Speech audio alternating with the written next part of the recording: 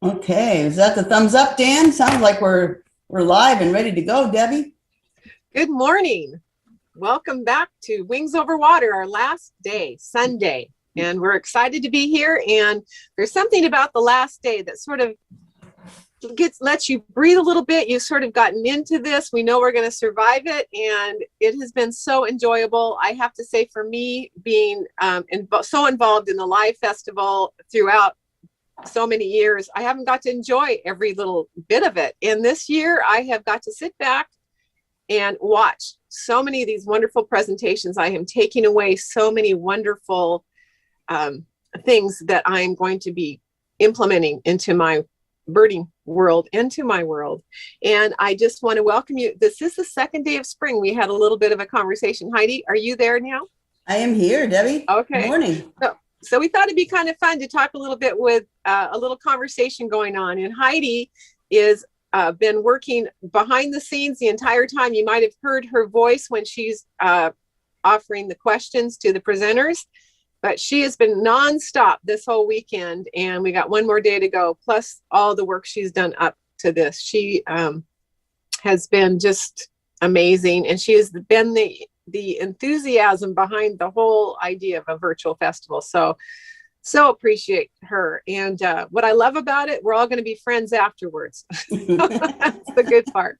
So I just want to say that I hope everyone's enjoyed this festival up to this point. And if you haven't had an opportunity to watch all of the activities, please know that there will be recorded. And so we have a question that I thought was so great that Holly asked. It was about during ornithotherapy. She said, "What is your spark bird?" And I thought, what an interesting question. What is the spark bird? What was the bird that got you interested in birding or made you realize that that was something that you wanted to spark you for?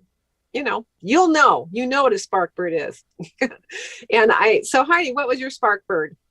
When I was in grade school, my dad, my mom, both my grandparents too, loved bird watching. But my dad encouraged me to do a school project by identifying the bird that came to our bird feeder and then actually drawing it and coloring it. And I can't remember how many birds it was, but I colored them with colored pencils and did a little blurb about what the bird was. And I mean, I've always enjoyed bird watching ever since then. And even to this day, my dad is 84, and we talk about the birds every time we have a conversation. Is what bird came to your feeder today? And what did you observe about the bird? So, it's been something for years that I've enjoyed. Mine was something that I got my first pair of binoculars, and I just thought birds were, they're all ducks out there because we live by the water and in Blaine, and I would go down to Blaine Harbor, take walks all the time, but never really looked out there to see what there was. And the first thing that caught my eye was a surf scoter, and I could not believe with my binoculars what this bird looked like with this big bill and beautiful orange bill, almost looked like a clown. I couldn't believe it. And so that was the first one that kind of struck me. But the one that just literally threw me over the edge was the first time I saw a long-tailed duck. And that again was at Blaine Harbor. I had walked down to the end by the pier, and that is where you can often see long-tailed ducks. And I was blown away. And to this day, that has been my spark bird, has been the long-tailed duck. And I never get tired of seeing that beautiful bird. And so love to hear from any of you who also has some. Oh, cool. Anyone else who would like to speak and say anything about their spark bird? We have just a few more minutes. Couple more minutes. Anyone? Or you can write something in the chat. Heidi can share that if there's a chat. I have one. Awesome. When I was in college, I took ornithology.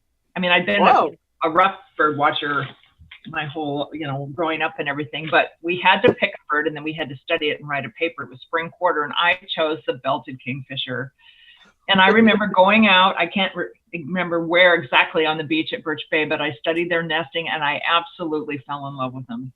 And I still, that clack, clack, clack sound, whenever you hear it, it's like, you get so excited. Yes, I so love that. That's such a great story. Thank you. I think there's some other ones coming on, like ruby-throated hummingbirds. And anyone else sharing some of their experiences there, Heidi, that we can hear about? Let's see. We've got a great blue heron, a female surf scoter.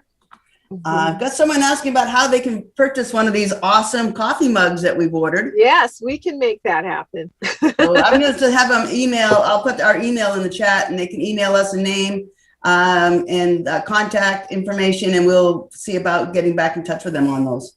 And they might be able to win one. We're offering one for a prize today, so we might be able to win one too. So keep that in mind. So I'm just going to go over into our schedule for today, and we've got a nice full schedule again. I think that it's going to be relaxing. It won't be, and I think you'll just enjoy every minute of it, honestly, if you can. I know I'm going to be able to. So eBird in Citizen Science is coming up at 10:15 with Holly Merker. Not only is she ornithotherapy, she also is very involved in eBird with the Cornell Lab of Ornithology. She is a state representative as well as does a lot of work behind the scenes for eBird. So I think you'll enjoy this. You'll learn about eBird, but you'll also learn a lot about the citizen science that is behind that. So that's coming right up at 10:15. And then one of the most favorite activities of our festival every year is the live raptor presentation by Hunters of the Sky. So we've had to come up with a way, how can we possibly do this with a virtual festival? So we did some video of actually from Sardis Raptor Center and with 3 of the birds that are there, 3 species, and a bald eagle, a barred owl, and Harris's hawk. And they are all amazing birds, and they all have names. And I would like, you'll learn about them personally. You'll learn about them from the caretakers, the volunteers that care for them all the time. And you will love it. It always touches each of us every year is when we see these beautiful birds. And so I hope you check in for that at 11:30. And then we have a bird's eye view of birds in their nest by Joe Mesh. Joe Mesh is one of the founders of Wings Over Water many years ago, which has been now 19 years. And he's also been a favorite speaker. He's going to be doing one of his presentations, a bird's eye view of birds and their nests.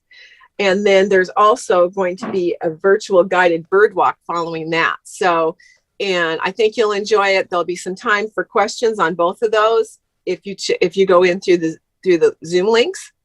And then also at the following that will be a Birds of the Salish Sea presentation. This is a recorded presentation, a pre-recorded presentation that was done through Audubon, but we thought it was very appropriate for our festival.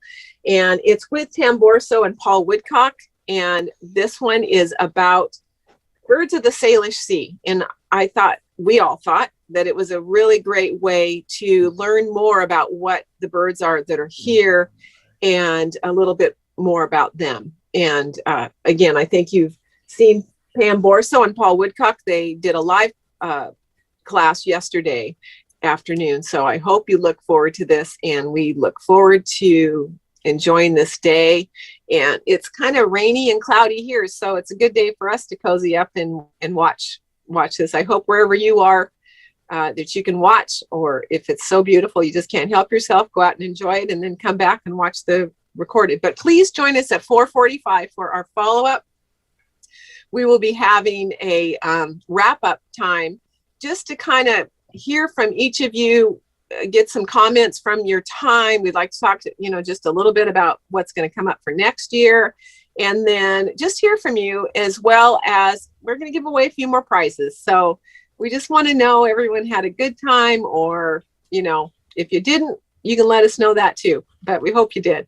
So I will also kind of give you an not an option, but an opportunity to win a prize this morning. So we've been using a book that was written and with all the photography of one of our committee members, Chuck Kinzer, and he has a little quiz in it. So I'm going to read to you, put this on so you can see the prizes.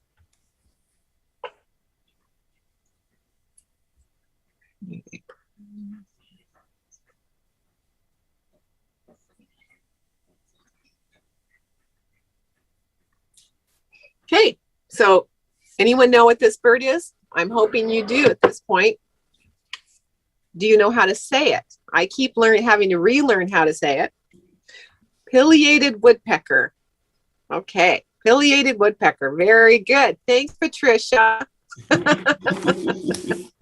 Okay, so I am going to read to you a quiz that has one false answer, and you can write in the letter. I'll read it twice, and we have a few prizes. We have a coffee mug, Wings Over Water coffee mug. We have Songbird coffee, and I mention again that Songbird coffee is shade grown that protects birds habitat in trees, so because they have tree canopy.